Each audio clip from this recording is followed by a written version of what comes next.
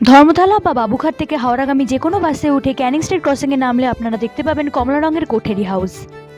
শিয়ালদা থেকে হাওড়াগামী বাসে বড়বাজার লাস্ট স্টপেজে নেমে ব্রেবন রোড ব্রিজের নিচে স্ট্যান্ড রোড দিয়ে 7 মিনিট হাঁটলে অথবা হাওড়া থেকে আর্মেনিয়াম ঘাটে নেমে হাওড়া ব্রিজ বাদিকে রেখে শিব মন্দিরের সামনে ডান দিকে স্ট্যান্ড রোডে উঠে 3 মিনিট হাঁটলে আপনারা আবার পৌঁছে যাবেন ক্যানিং স্ট্রিট ক্রসিংয়ে।